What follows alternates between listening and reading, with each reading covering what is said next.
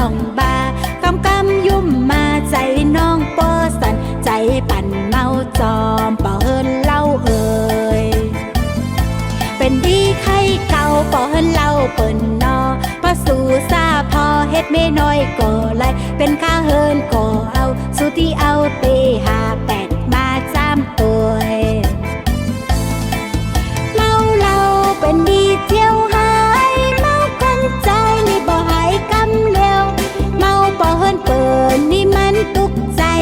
เมาป่อเฮินเปิ่นนี่มันตุกใจพอเมาป่อห่างนี่มวนใจอีกหนึ่งพอเมาป่อห่างนี่มวนใจอีกหนึ่ง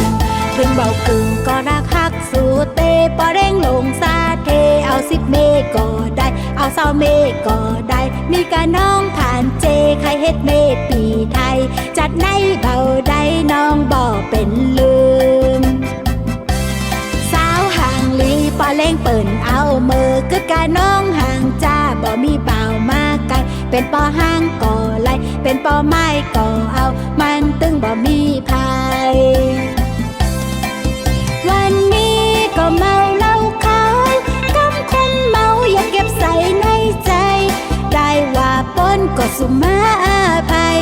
ได้ว่าปนก็สุมาอาภัยไปเตอใส่ไผ่อย่าเก็บใส่ในใจไปเตอใส่ไผ่อย่าเก็บใส่ในใจ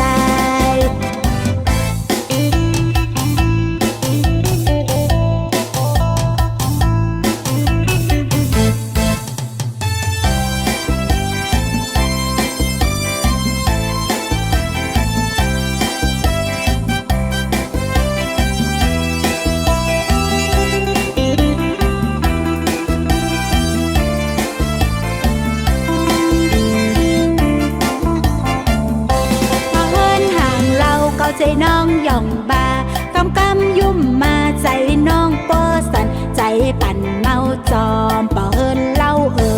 ย